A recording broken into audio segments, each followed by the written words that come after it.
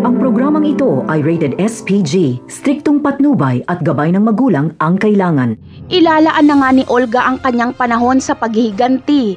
Gusto niya nang mapatay ang nanay ni Tanggol na si Marites.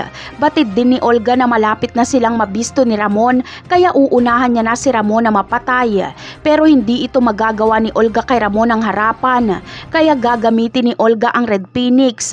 Makikipag-alyansa si Olga sa mga Red Phoenix at sasabihin niya kung nasaan makikita si Ramon. Kaya naman, agad nakikilos ang Red Phoenix para tambangan at tapusin si Ramon.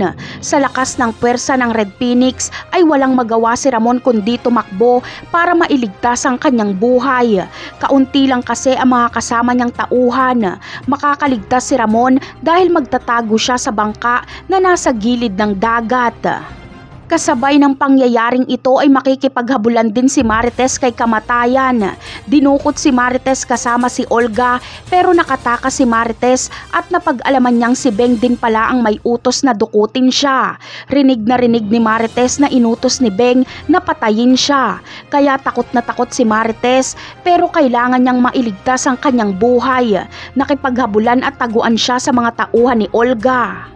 Samantala, sa kakatakbo at tago ni Marites ay napadpad siya sa bangka kung saan nandoon din si Ramon. Nadoble ang takot ni Marites noong tinutukan siya ni Ramon ng baril at nakilala niya pa ito. Gulat na gulat siya dahil buhay pa pala ang lalaking nagsamantala sa kanya. Ngunit ano kaya ang mangyayari sa pagharap na ito ni Marites at Ramon? Si Marites kaya ang makakapagbigay linaw sa kung sino si David at kung sino ang tunay na Tanggol? Yan ang aabangan natin sa mga susunod na episode.